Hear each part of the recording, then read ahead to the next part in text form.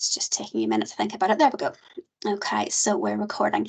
As we're going through the session, feel free to put any comments into the chat bar on the right hand side, and hopefully I'll see those popping up and be able to answer as we go along. And then at the end of the session, there'll be an opportunity for questions as well. So if you have anything pressing, we can deal with that as well. Academic referencing is important for a number of reasons. It validates your arguments. So I've seen a number of undergraduate students who write their essays and they think that it's supposed to all come from in their heads. But actually, when you write an assignment, and particularly at master's level, what you're going to be doing is you're going to be presenting the arguments and discussions that are out there around the topic that you're writing about. So you're going to be reading a vast array of literature. And by using good academic referencing practices, you're actually validating or backing up the arguments that you're making. And actually, what undergraduate students often find difficult to grasp is the more referencing you do, the better your work will be, because it demonstrates that you've considered a really wide range of background literature, which is what we're looking for in order to achieve higher marks in your work. So it validates your argument, it demonstrates the literature and the range of literature that you've examined in your assignment. And then from my perspective, most importantly, it protects you from allegations of breaching the academic integrity or academic conduct policy, particularly in terms of plagiarism. I would say from our department, 99% of the academic conduct cases that I see in any one year are issues with plagiarism where the student has unintentionally breached the policy. Nothing intentional at all, but the university's academic conduct policy doesn't take intent into consideration, because it's very difficult to tell whether someone has intentionally or unintentionally done something. So if the policy has been breached, it's been breached, and the academic conduct procedures will kick in. So by using good academic referencing practices, you'll be protecting yourself from that breach of academic conduct in terms of plagiarism, which we'll talk about a little bit more. So it's really important to get to grips with this whole concept of academic referencing. Now, many of you will have studied at other universities, you'll have done undergraduate or other postgraduate qualifications elsewhere, and you may have used a whole range of different referencing styles. So you may be very familiar with something like Harvard referencing, for example, or the MRA referencing, or there's a whole range of different styles of academic referencing. However, the one that's used within our department and within most departments at the University of Chester is a style of referencing called APA, and we're currently on the 7th edition. It's a style of referencing designed by the American Psychological Association. That's what APA stands for. And every few years they do an update to the standards for it. And at the minute, we're on the 7th update of that. In APA style referencing, whenever you're putting an idea or something that you've read into your assignment work, you need to include two references. You need to have an in-text reference that goes alongside what you're writing and shows where what you have written comes from. But in addition to that, you also need to have an end of assignment reference list entry for all of the sources of information that you've used in your assignment. So I'm going to go through these one at a time, first looking at the in-text references and how they should be presented and what they should look like, and then moving on to the end of assignment reference list entries so that you can get a feel for that. I'm just going to drop, let me just see if this will let me do it. I'm hoping that it will. I'm just going to drop, let me see. Okay, what I'll do is at the end, I will drop the presentation into the chat here so that you can get that presentation if you want to look at it. So don't feel you've got to frantically write lots and lots of notes now. I'll drop the presentation in for you so that you can access it yourself. So in terms of in-text references, this is the bit that goes within your writing. As you're writing, you'll be constantly referencing the source of all of your information. And just for clarity, these in-text references are counted in the word count for your assignments. So if you've been given an assignment with a 4,000 word count, that includes the in-text citations, the in-text references that we're going to look at now. It doesn't include the reference list that we're going to talk about later on in this session, but the in-text citations are counted in that word count for your assignment. In terms of what goes into these in-text citations or in-text references, the only information that you need to put into this at this stage is the surname of the author and the year in which the book or the article or whatever it is that you're referring to was published. So generally, that's the only pieces of information that you need, the surname of the author and the year of publication. If you're using a direct quotation, so you're using the exact words of something that you have read, and you're including those direct words in quotation marks, then you also need to include a page number in the citation or in the reference, and that demonstrates that the words that you're using are directly from an original source, and it allows the reader to be able to find those quite easily if they want to find that quotation and look at it for themselves. You never include any other details about either the author, so no first names or no initials or anything else like that, or any details about the book. So we don't need to know the title of the book or the name of the book or anything like that. It's simply the surname of the author and the year of publication and page number for a direct quote. The only exception to this, and I have very, very rarely, I've been writing academic papers for upwards of 20 years now. And I think in all that time, this has only ever happened in one case, in one paper for me, so it's unlikely to happen. But if you have two authors who have the same surname and have published in the same year, so if they've got the same surname but they published in different years, then that's no problem because you'll be able to tell them apart.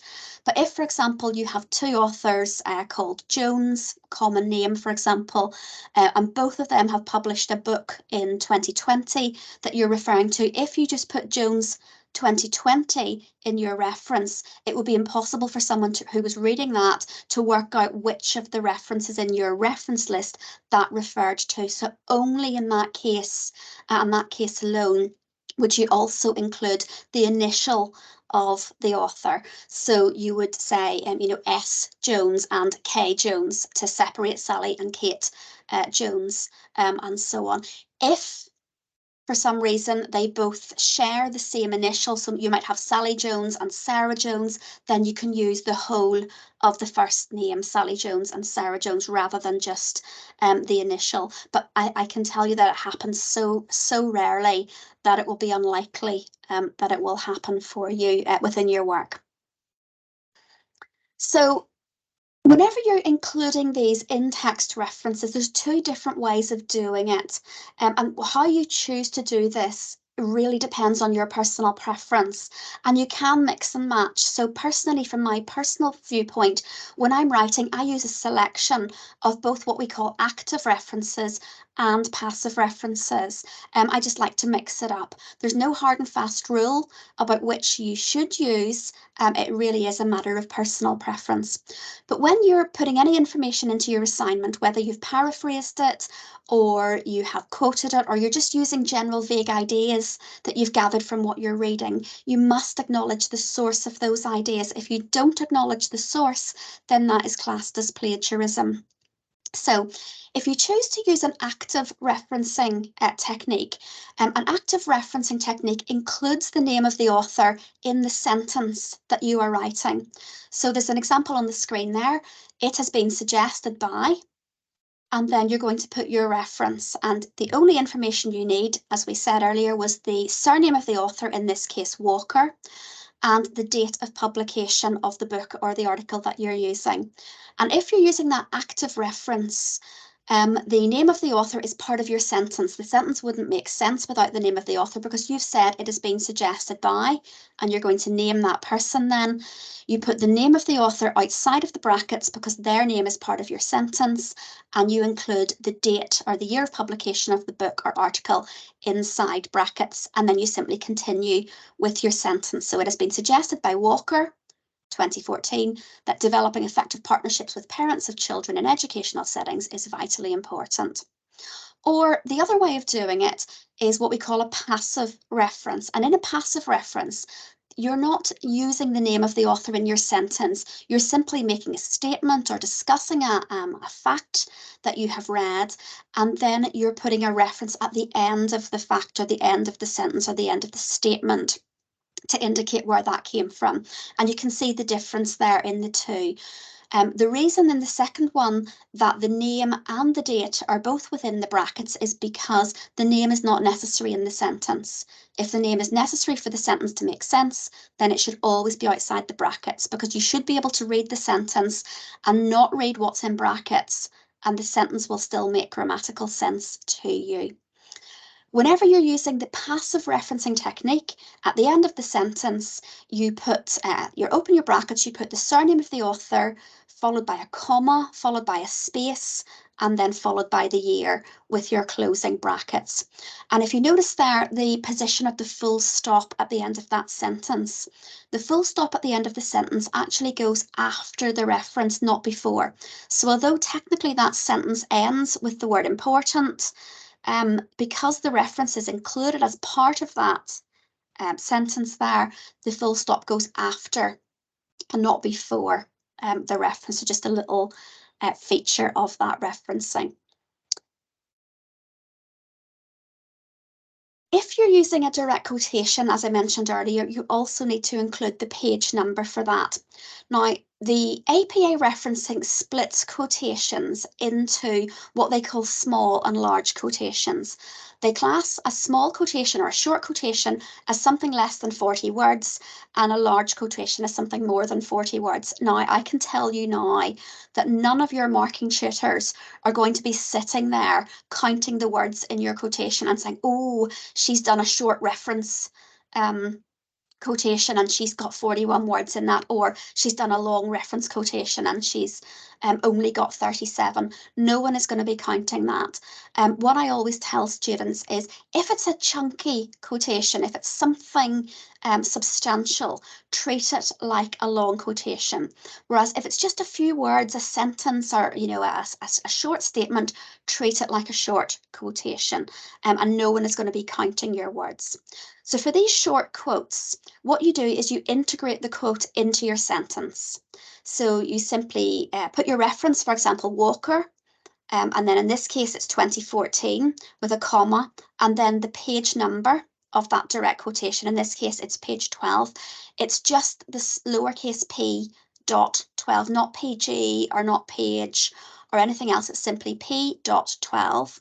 Points out that, and then you're going to put the quotation, this little short quotation that you want to do. So in this case, you're saying partnership with parents is vital for the success of every child, and that's a direct quotation from Walker. So that needs to go inside the quotation marks, double quotation marks there, and then you simply continue with your sentence. Therefore, it's important too, and you continue with what it is that you want to say. Good question, Naomi. Do we prefer paraphrasing or quotations? To be honest with you, I think what you should be doing more of is paraphrasing, because anybody can quote. Anybody can find a quote from a book and put it in their assignment work. That doesn't demonstrate that you understand what that quote is actually saying. Whereas by demonstrating your paraphrasing skills, you're not only showing that you found this idea, but you're showing that you really understand it, because you can't paraphrase something unless you understand it.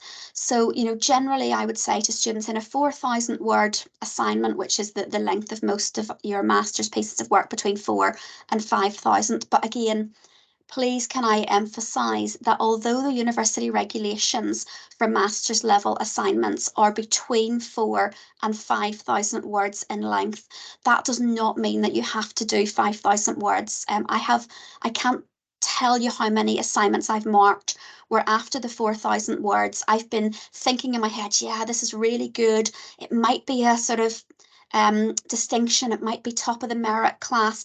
And then the last 1,000 words, it takes a nosedive because the student has been rushing, or they've just felt that they had to fill the 5,000 words and they've ended up with a basic pass when if they'd stopped at 4,000 words, they might have got a distinction. So please don't feel that you need to fill that 5,000 word maximum. I would much rather read 4,000 quality words than 5,000 words of, fluff. Because the student's trying to fill in those extra words. So don't worry about that. But for a 4,000-ish word piece of work, I would say you're probably not wanting to have more than, say, 5 or 6 quotations in that in total, and the rest of what you're wanting to do will be paraphrasing. If you've got tiny little, 2 or 3 words that you're quoting from the original, then of course you might have more direct quotations in that case. But in terms of, sentences or longer of quotations, really try to minimize your use of those. You'll get far more marks for paraphrasing. So you can see there both the active and the passive way of referencing that little quote. So Walker, year and page number points out that, and here's the quote, therefore it's important. Or the passive reference, partnership with parents is vital for the success of every child. That's the quote.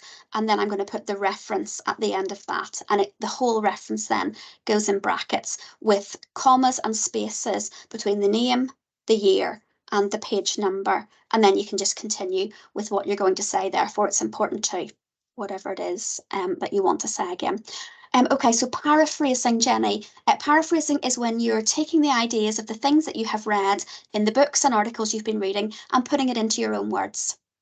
Simple as that.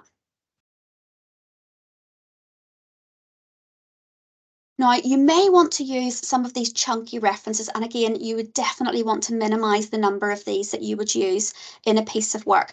APA specifies 40 words, but somewhere like that, something where you've got this chunky quotation. In the case of this, rather than just continuing it on in your sentence, if you've got this chunky piece of referencing or this chunky quote, you need to take a new paragraph in your work, and you put your quotation in, and then you take a new paragraph before you continue with what you're going to say. And that bit that is the quotation, you indent it at both ends. So you have an indentation there at the left and an indentation on the right. And you can do that using the little sliders on the Microsoft Word toolbar. We do have a video that shows you how to do all of the sort of little technical things with sliding references and so on. And I'll show you where you can see that video later if you want to check it out. But you can see here that McEwen in 2017 on page 23 points out the demands of working in early childhood when she states that. And then here's the direct quotation from McEwen. And then after the quotation is finished, you take a new paragraph again, back to the margin and start with what you want to say. This demonstrates the difficulties which might be faced when building effective parental partnerships. Now, you'll notice there that in this case, there are no quotation marks present for that direct quotation. That is the official correct way to reference one of these big quotations. But what I'm going to tell you now is kind of breaking those rules a little bit, but I'll explain why. We do appreciate students who put quotation marks around these big quotations as well. As the shorter ones, even though it's not necessary to put the quotation marks in these set apart quotations, because the indentation works in place of the quotation mark. The reason that we like students to put them in is simply because we use a plagiarism detection software called Turnitin, and Turnitin will ignore direct quotations that it sees inside double quotation marks, and therefore it won't flag it as a problem that we then have to look at and investigate later on. So you don't have to, but it is a good idea to include your quotation marks there too if you have used one of these set apart quotations. So in terms of this in-text citation then, one author, very simple, very straightforward, surname and date. And you can see both the active and the passive example there on your screen. If the book that you're... Would you try again? Sorry, my watch is talking to me.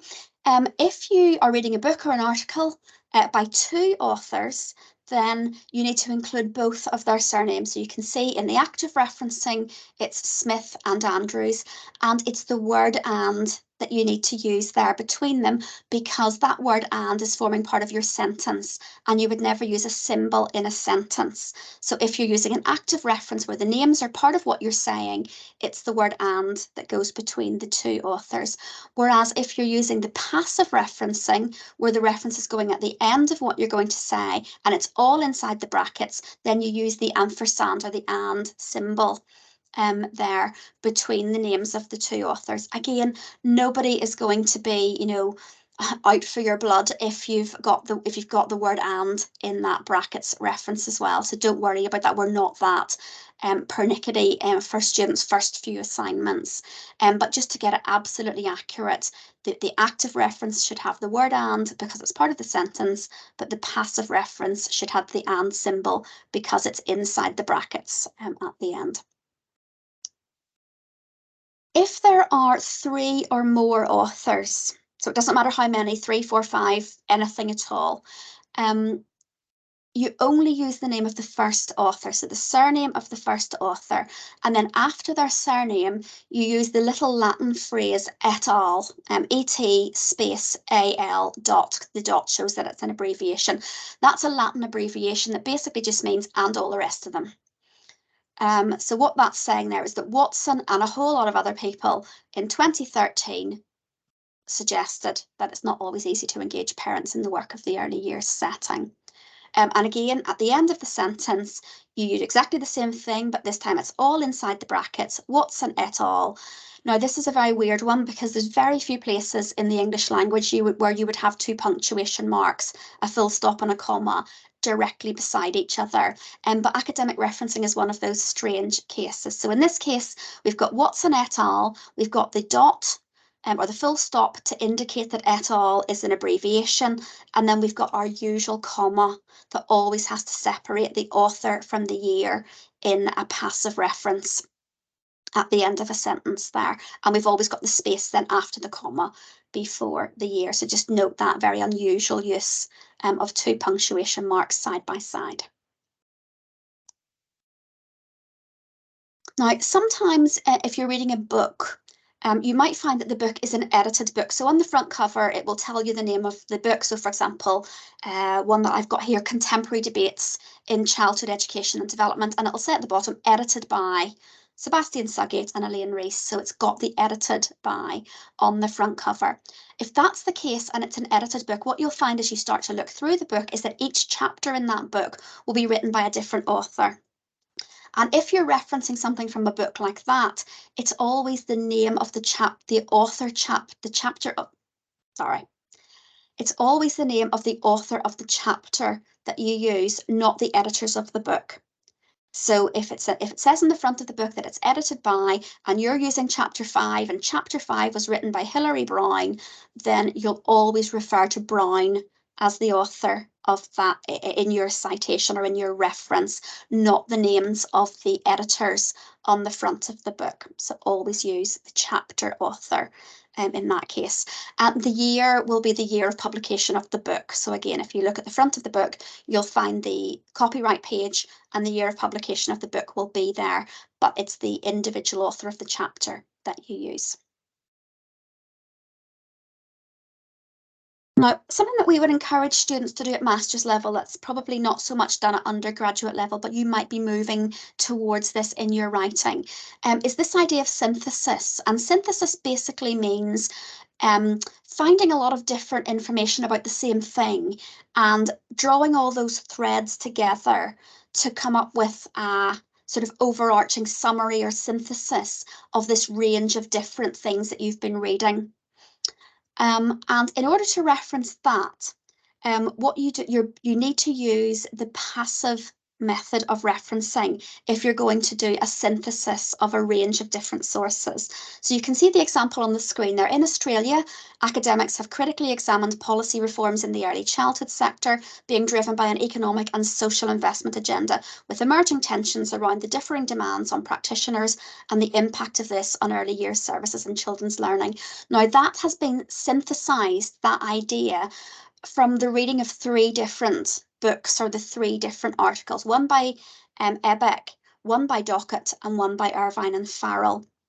And what you might want to do is, if you've done a synthesis where you've got an idea that's come from a number of sources, that you've drawn them together to come up with one big argument or one big statement, you always need to do your passive reference at the end. You open your brackets, you put each of the references in exactly the same way as you would do if they were on their own, but you separate them from the next reference by a semicolon.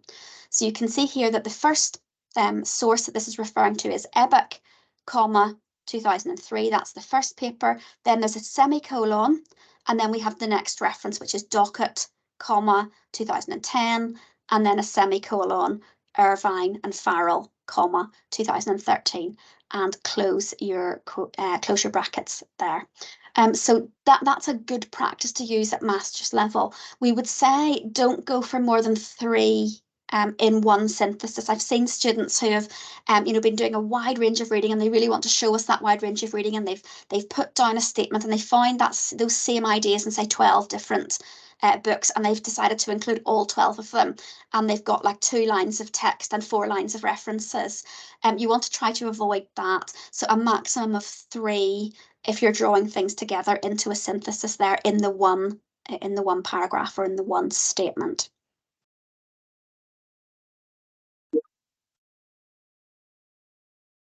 How do you decide on the order of the names in that kind of synthesis? In a synthesis, they should be in order order of when they were published, starting from the oldest and going through to the newest. So the 2003 one comes first, then the 2010 one, and then the 2013 one. So in order of when they were published.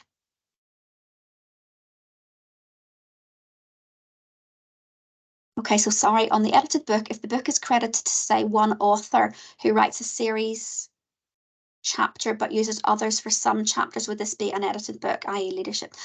So sometimes you'll find that the book will say on the front, edited by, John Smith, and a few of the chapters inside will be written by John Smith as well, but some of them will be written by other people. You always use the author of the individual chapter in that case. So it might be the same person who is the editor, or it might be somebody different. That doesn't matter.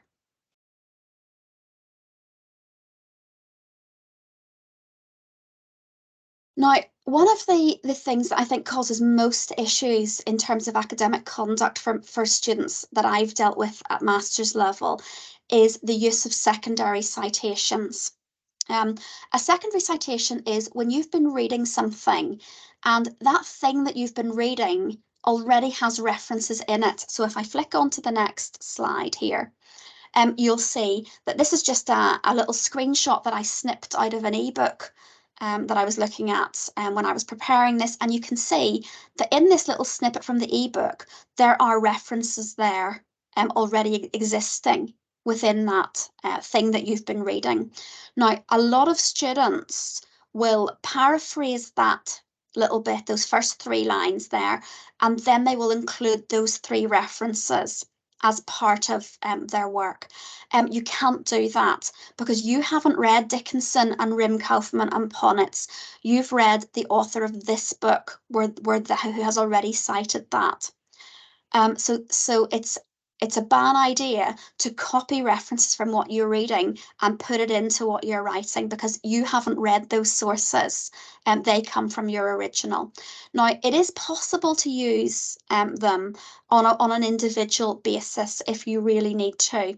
For example, you haven't been able to find the original source that's mentioned and you haven't been able to read it and use it individually. And in that case, I've given an example of what that might look like at the bottom there. So you might say it appears from research undertaken by Willis, but then in brackets you've put as cited in or as quoted in Matthews 2002. So in that case, what you've been reading is Matthews 2002. That's the book that you found the information in. But in that book, Matthews quotes Willis. And that would be the way that you would do that for those secondary citations. But at master's level, we would strongly recommend that you avoid the use of secondary citations. Don't be tempted to copy references from what you've read into your assignment, because from my personal experience, that's where most students come unstuck. with plagiarism because they haven't read those books and they've put them in their work without having read them, because maybe they want it to look as though they've read more than they actually have, but that's a breach of academic conduct. So just be very careful with that.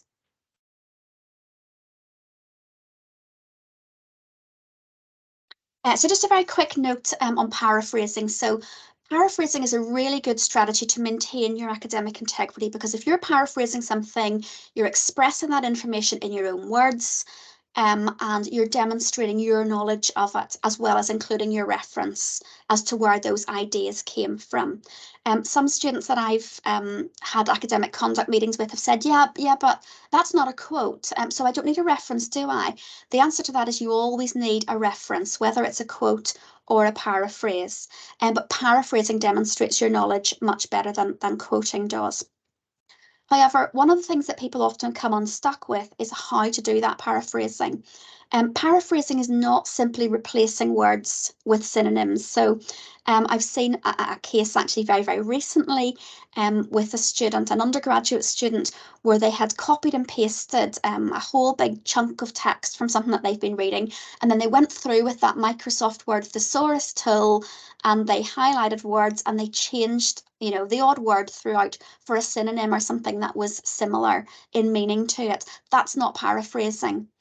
Paraphrasing text involves substantially rephrasing it while maintaining the original meaning. And this is a skill that does take time to develop, and it's not something that comes easily the first few times you do it. But the more you practice, the better you'll get at paraphrasing. It involves acknowledging the original source with proper referencing, but putting the ideas into your own words. So I'm just going to stop sharing that now for a second. We'll come back to that in a minute. So I'm just going to share my screen with you now, and I'm going to show you a couple of real life things, because sometimes when you see things in a real life context or in an actual assignment, it makes more sense.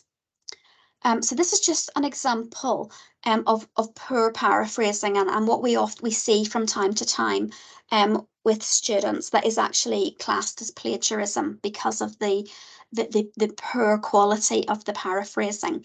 So you can see there that at the top, this top section here is the actual words from the book, from the Bell and DeShalit book. This is the exact words that are in that book. And underneath is the section of it that comes from a student's essay. And if you compare those two, you can see what the student has done. They have simply changed a few words here and there, but largely the order and the words, the bulk of the words that are there are exactly the same in both cases. And that second one, even though it has a reference included, is still plagiarism, because plagiarism means taking someone else's words and presenting them as if they are your own. And even with a few changed words, that would still be classed as plagiarism. So it's important to develop your skills in paraphrasing so that you can get that technique of significantly rephrasing things, but maintaining the meaning that you want to maintain within it, and then including your reference as well. So that's just one example to show you.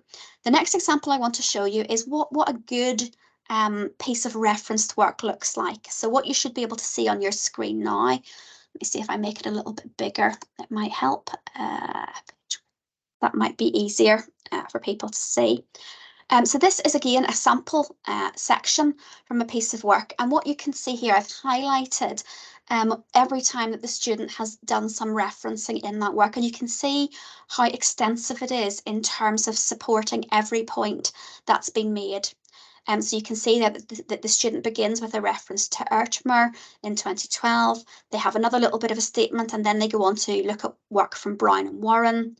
And then they have another one from Evans et al., Pajares. These are all active references where the names of the authors are part of the sentence. So Brown and Warren point out that, Ertmer suggests that, Evans et al. In their review of current research.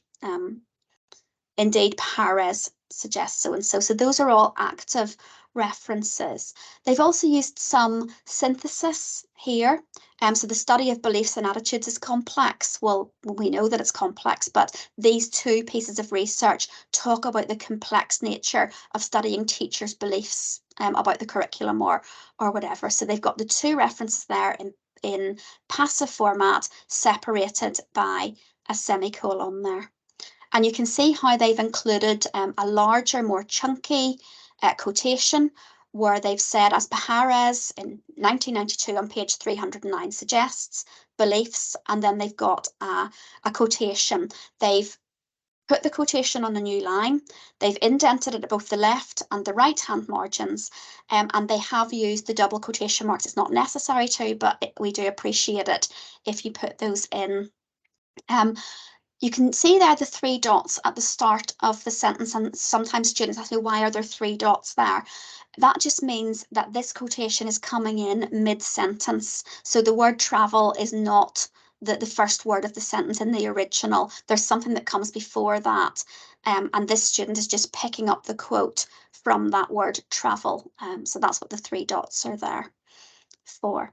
And then again, we've got a very short reference here, some mental constructions of experience, so a very little quote. So we just put quotation marks around those and continue on in the sentence, but the page number needs to be there to indicate where that information came from. Then we've got a lot more paraphrasing, a paraphrasing of an idea by Kagan, a paraphrasing of an idea by these guys.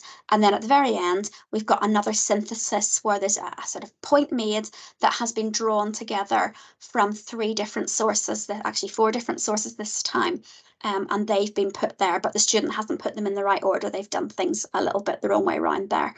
But again, nobody's going to be that picky about this, so don't worry, don't let that worry you too much. And then we've got one of these secondary citations at the bottom here. So Russell, as cited in Pyle and Daniels, so that what the student was reading was the book by Pyle and Daniels, but in that book, that Pyle and Daniels quote something from Russell that the student wants to talk about there.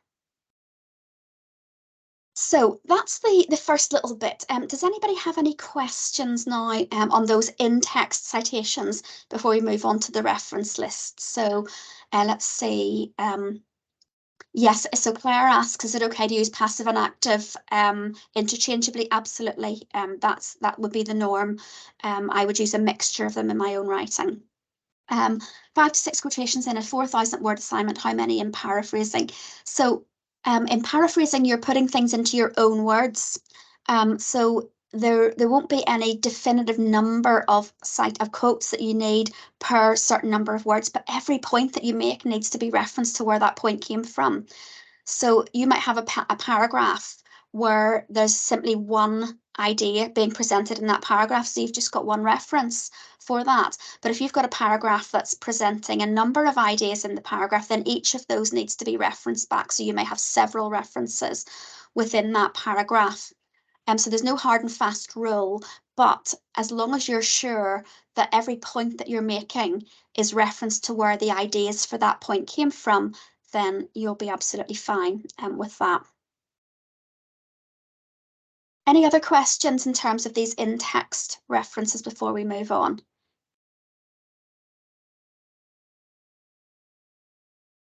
Okay, everybody seems happy enough with that. Okay, let me share the presentation again.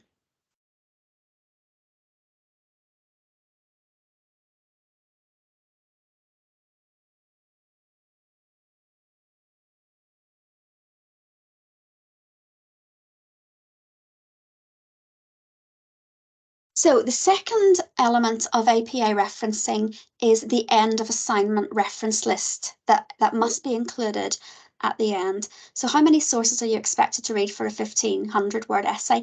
There's no minimum or maximum number on that. It really depends on how much effort you want to put in.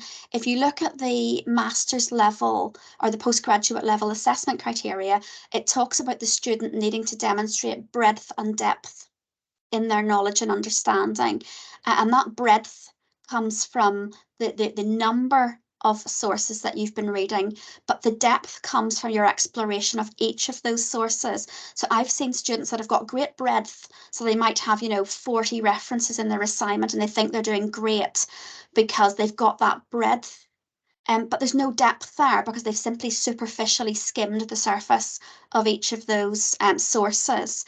And I've seen other students that have used a very small number of sources and they've got really great depth. They've really explored the ideas and the arguments that the sources that they've been reading have used, but they're lacking the breadth. So it's trying to work out what you can manage in the time that you've got available that's going to allow you to get both breadth and depth to your reading. So I would say if you've got, at a master's level assignment, if you've got about 20 sources in that master's level assignment, you're probably okay with that, but don't quote me on that because we're not supposed to give numbers to students because it really does depend on you as an individual and what you've read and so on. Yeah, so if you've read, say, 10 articles and they're all making the similar points, what I would say is I would normally choose the 3 that I think are most representative of the group, and I would cite those 3, or perhaps the 3 most recent ones to show that I'm very up to date with my knowledge. And because sometimes what you might find is some of the stuff you're reading might be quite old, and unless the assignment is specifically looking for historical context on something, using the most up-to-date sources that you can is better. So if you've been reading, say, 4 or 5 things and they all say the same thing, choose the 3 most up-to-date ones as the ones that you use to reference your synthesis. Okay, so the end of assignment reference list. So a few things generally about it, first of all. The reference list should always start at the top of a new page. So even if you've only got, a line and a half at the end of your essay that moves on to another page, and you've got a whole big mass of empty space below that, you still go down and take a new page to start your reference list. You never start it immediately underneath the assignment. So start a new page. The title of this new page should be the single word references. So not reference list, not bibliography, not list of references, simply the single word title references. And you can underline it and embolden it or do whatever you like with it, but it should just be that single word references. The list of the references should be in alphabetical order by the surname of the first author of each book.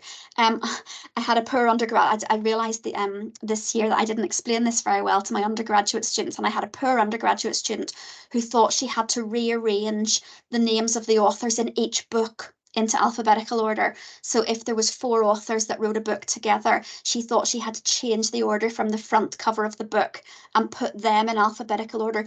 That's not what we mean by alphabetical order. The authors should go into your reference list in the order that they appear on the cover of the book, but those then get put in alphabetical order so that each reference is in alphabetical order based on the name of the first author that appears on the cover of that book.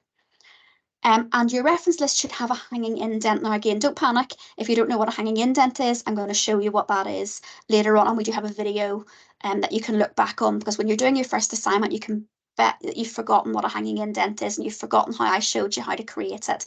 So we've got a video that you can watch that will quickly remind you about how to do that again. So those are just some general features to be aware of.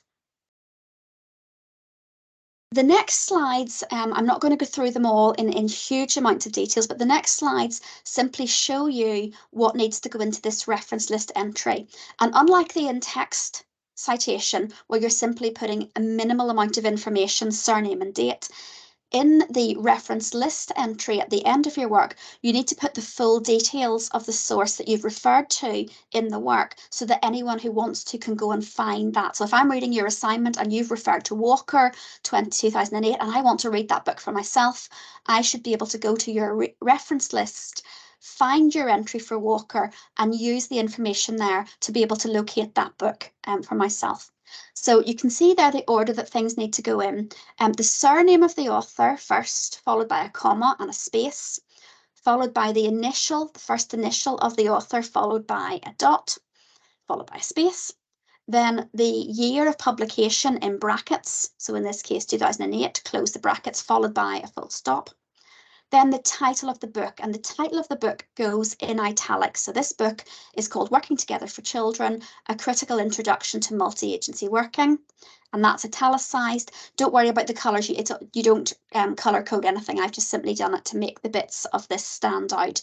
Everything would be in the same colour, followed by a full stop, and then finally at the end of the reference you've got the name of the publishing company. You don't need to put the full details, so the company might be called Continuum Publishing PLC. You don't need to worry about that. Continuum is enough.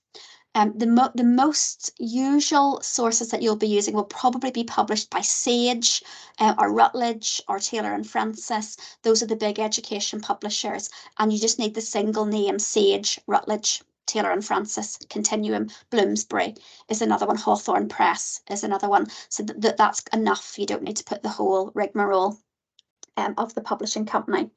If any of you have used APA 6th edition, which was the previous version before this new one came out in the middle of last year, you also needed to include in APA 6th edition the town and country of publication. Thank goodness that's now gone, so you don't have to worry about tracking down the town and the country that the book was published in. But if you're used to APA 6, then that will be a relief to you, that you don't need to worry about that.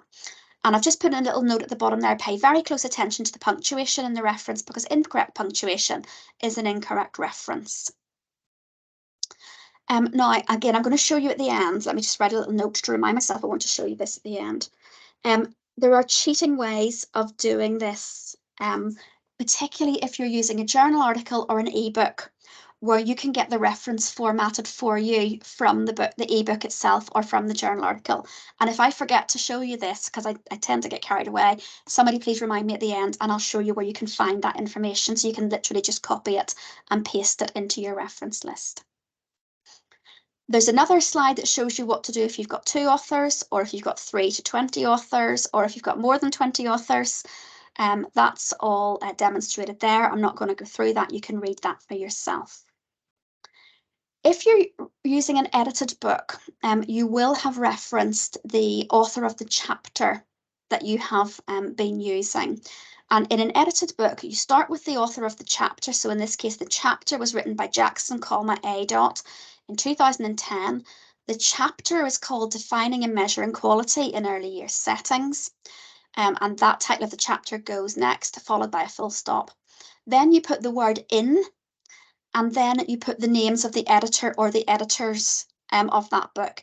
And for some reason, unbeknown to anybody why this might be the case, for some reason in APA referencing, they now flip the order, and the initials of the editors come before the surnames of the editors, whereas in every other part of APA referencing, it's always surname first.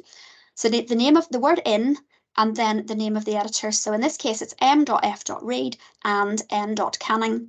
And then in brackets, you put either ED if it's a single editor, or in this case, there's 2 of them, so it's EDS to show that these are the editors. Then the title of the book in italics, then brackets with a double letter P dot, which stands for pages. And then the page range of the whole chapter. So not just the page that you got the information from, but that whole chapter. So Jackson's chapter started in that book on page 24 and ended in that book on page 35. So you put the page range in, and then the publishing company as usual at the end. So that's the approach for an edited. Again, the journal article is slightly different, and again, you can follow the instructions there about the author, the date, and so on, but I'm going to show you the cheats way of doing this, which is not really cheating, it just makes it so much easier for you. If you're using a journal article, I would definitely recommend you follow or you download the reference. Let's have a look. When it comes to titles of books, do we capitalize all? No, so technically you don't. You only capitalise the first word of the title of the book and any proper nouns that are in that. The rest of it shouldn't be capitalised. Although, to be perfectly honest with you, early childhood education and care, policies, politics and possibilities or whatever, that has all been capitalised there, and it doesn't matter. So technically it shouldn't be. but the fact that it has been. Early childhood education can often be capitalised because it could be seen as a kind of proper way of referring to it. But technically you don't need to. No one's going to shoot you for having capitals or not. We recommend that students avoid the internet as much as possible because the information on the internet can be inaccurate. It can be tempting to just cut and paste and forget to paraphrase, and then you end up in all kinds of academic conduct bother. But most importantly, the internet is not really classed as an academic source. So what you sort of search for on Google and find on a general website isn't going to cut it in terms of that level of work that you should be reading at master's level. So the best advice that I can make is to avoid the use of websites altogether. Shauna, if you want to stay, what I'll do is I'll go over the journals again at the end. So if you want to stay behind, I'll go through that again. So avoid the use of websites, but there are some websites that you may need to use. So for example, the most commonly used ones would be if you were referring to a curriculum document. So the national curriculum or the statutory framework for the early years foundation stage are one of those official curriculum documents. So on the next two slides, I've just shown both the in-text and the reference list reference that you would use for both the early years foundation stage framework and then the national curriculum framework, which are probably the two that you're all most likely to be referring to if you want to refer to a document, and you can check out the reference on that as well. Very occasionally, you might want to reference something a bit weird, like a YouTube video or a translated book or a speech. Maybe the Prime Minister's just given a speech and you want to reference something that was said in that.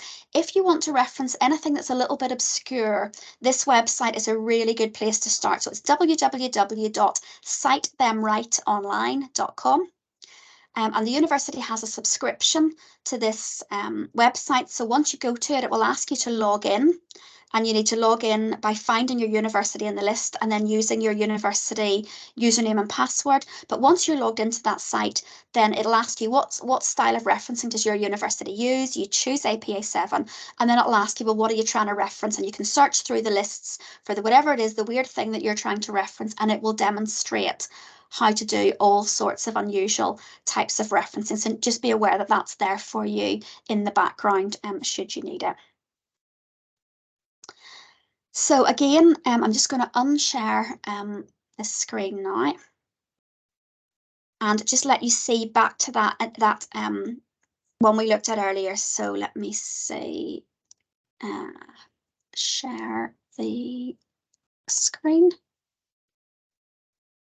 So this is the end of that little essay example that I showed you with the references in it. You'll see now that we have the reference list. So the simple word references, the student has chosen to embolden it.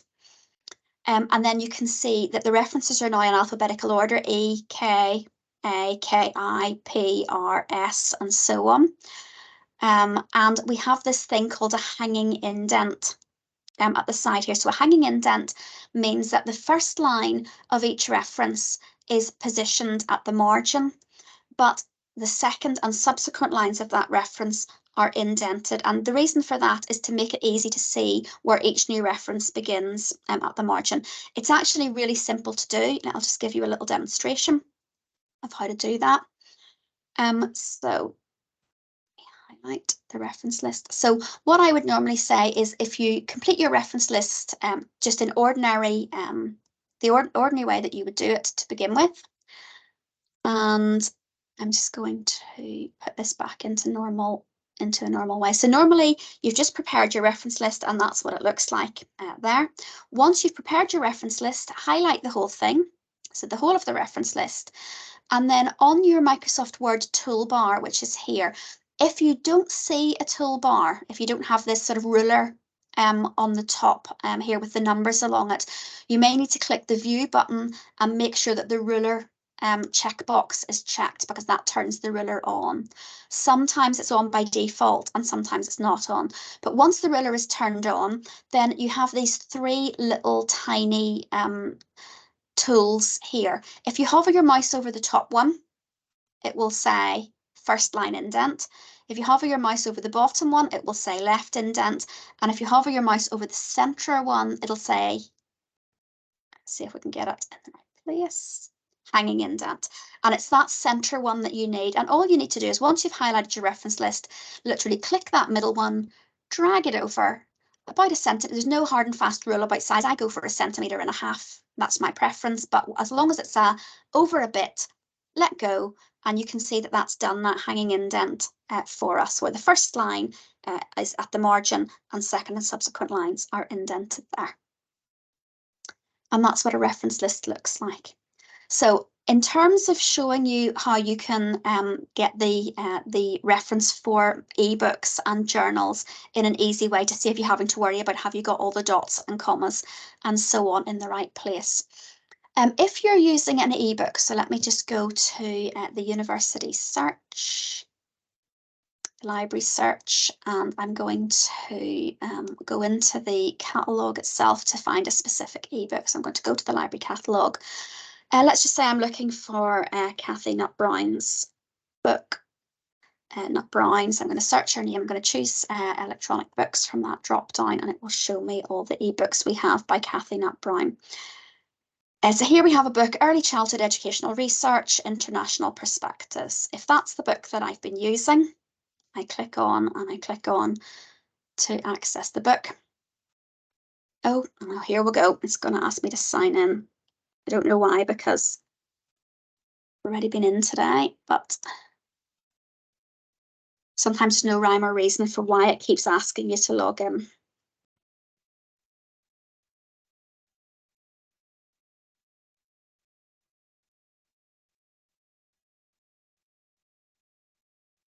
Okay, so here we are in the book.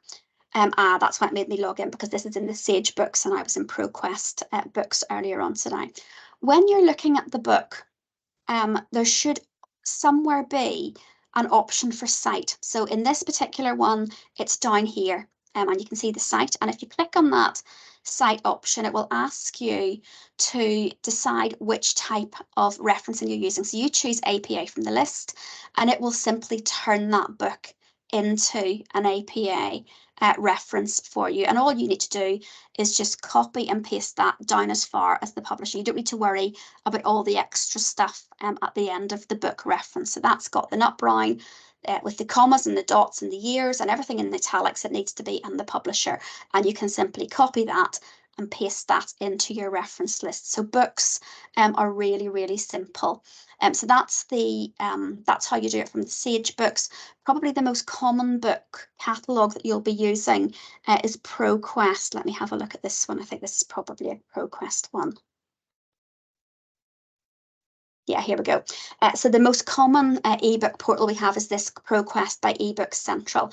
If you're in here, you need to go, so you've got the book open and you've got the cite book option here at the bottom, or if you're already reading the book and you've got the book open on your screen, it's up on the top toolbar here, like a double quotation marks that get citation. And if you click on that option to get citation, again, it will ask you to choose your style of referencing, choose APA, and it does it for you. And again, you can simply copy to the end of the publication and copy and paste that into your assignment. So that's how you would easily do ebooks. If you're using journal articles, I'm sure Eva showed you, for those of you who were here last week, I'm sure Eva showed you how to find journal articles from the eLibrary. If you're in the eLibrary, you go to your journals and databases and choose all subscribed education databases there. And then you're ready to do a search. So if I'm searching for something about technology in early childhood education, and I'm going to search for something in title. So I've done my search. So let's just say that this is the article that I've been using and I want to reference. To reference it, if you click on the name, so don't click on the full text, but click on the name of the article from the list so that you can get to see the abstract about it there. And what you're looking for is somewhere down the right-hand side, there'll be a cite tool. So here's the cite tool again. Click on that cite tool.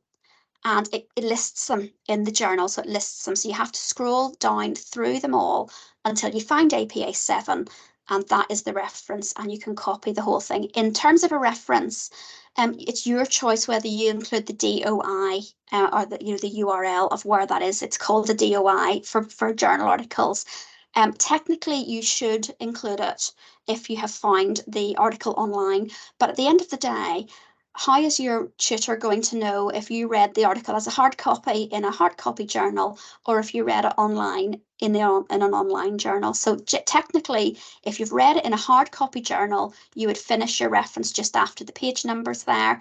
If you read it in an online journal, you should also include the DOI. That's technically how it goes. But, if a student hasn't got a DOI, and I'm not going to get them in and demand to know whether they read it online or as a hard copy, I'm just going to assume they read it as a hard copy. And that will be that. And you can just copy and paste that then into your work. So some questions. Would you suggest that you write your end of reference list as you go? Absolutely, definitely. It's an absolute nightmare to do your referencing if you've written a whole assignment of 4,000 words and you might have 20 or 30 books referenced in there, some of them referenced several times, and then suddenly the night before you're due to submit, you've got to spend the whole time trawling through and getting your references. So as you include a reference, put it into your reference list right away. And then you've always got it there, and all you have to do at the end then is just check it through, make sure it's ordered correctly, and so on. Now, there is a piece of software that will do this for you, a piece of software called EndNote. I don't introduce students to it right at the beginning of their course because you're being bombarded with a lot of information. But what I'll be doing next term, so after Christmas, I'll be running one of these evening webinars that introduces you to the software. So what I always recommend is have a go at doing it manually for your first assignment and see how you get on. And then after Christmas, if you're interested, if you find it a complete nightmare in your first assignment, or you're getting lots of comments in your feedback from the marker that there's lots of mistakes with your referencing, or you just like technology and you would like to have a go at the techie software, but it's not easy to use. So if you're not very techie, I wouldn't recommend it. But if you are the sort of person that likes technology, then come along to one of these workshops that will be running in the new year that will introduce students to EndNote software and how that works. If you use a website such as the British Dyslexia Association, so there are some websites that are great. So the BDA is one that you may be using quite often because they will have good, proper, stuff on there. If you need to reference a website, I would recommend you go to the Cite Them Right online, click the option to show you how to reference a website, and they will show you how to do it in there. Again, it's quite straightforward with the name of the person who wrote the page on the website. Most reputable websites will tell you either at the bottom or the top who the person was that wrote that page on the website. So you reference it to them. But if you look at Cite Them Right online, we'll go through that with you. And don't worry about 4-year-olds' feet. I've seen all kinds of things during online learning sessions. So does anyone have any other questions? I think that's us. I'll go over the slide for the journals again with anybody who wanted just a quick me to go over that again. I don't think there was anything else. No, that was the end. So just let me show you where I'm going to put these slides because it doesn't look as though I can drop them straight into this chat. So what I'm going to do is I'm going to pop them into the Moodle page for us. So let me just show you where I'm going to put them so that you can download them for yourself. So if you go into Portal, where are we? So go into Portal and go into Moodle and look for the department. So the Childhood Education and Professional Development department page. In there is a tile called Academic Skills. And if you click on that Academic Skills tile, it will open up and you've got the information about these workshops at the top there. What I'll do is down below here, I think, I don't think I've got it there already. Yes, actually I have. So there's already an academic referencing section. There's a quick reference guide there that might be of interest to you. Oh, I must have put it already. There you go. I've put it on already. So there's a presentation there, although that might be last year's one, and there might have been a few little tweaks to it. So I will just make sure that the most recent one is uploaded there later on when we finish, and that's where you'll get those from if you want to download them and keep them for yourself. Any other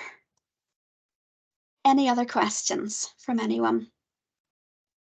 So again, I do apologise for the sort of information dense nature of that session. It's just unfortunately what academic referencing is.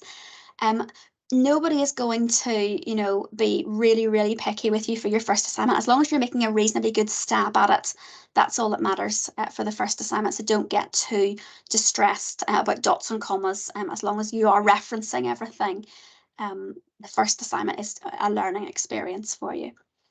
So thanks for coming, everyone, and good luck with the rest of your studies. Shauna, are you still wanting me to go over the journal article again? Are you still here?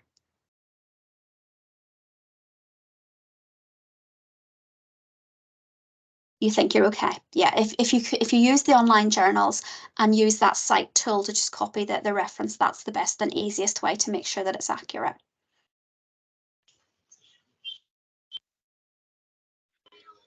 Can I ask you a really quick question? Yeah, Jo, no problem. You know the EndNote thing that you mentioned? Mm-hmm. So I'm starting my dissertation.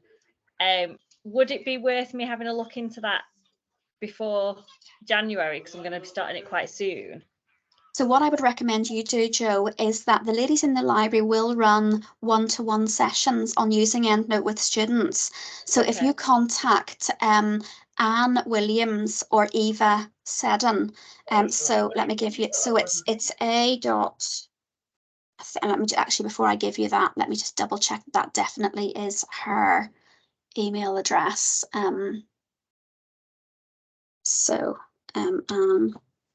Yeah, so it's a.williams@Chester, and then Eva.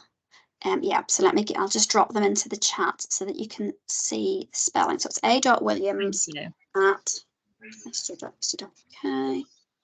Okay, so that's Anne, and Eva is e.seddn. And then the bit after the at is the same for Eva. So if you contact Anne and Eva, copy them both into the same email and just say that would it be possible to have a one-to-one session with them about using EndNote? They'll organise that for you because it will be really helpful for a dissertation. Okay, brilliant. What program are you on, Jo? The educational leadership one. Yeah. Okay. Yeah. So I would definitely recommend you do get to grips with that, because the dissertation has possibly hundreds of references, and I mean I've already started reading stuff and I need to get tracking it already, because I'm just going to get brilliant. Thank you so much. I really appreciate it. You're welcome. Anyone else have any questions?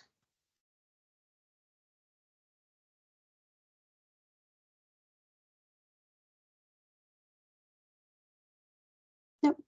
Everybody okay? Great. Well, it was lovely to see everyone, and good luck with your first essay.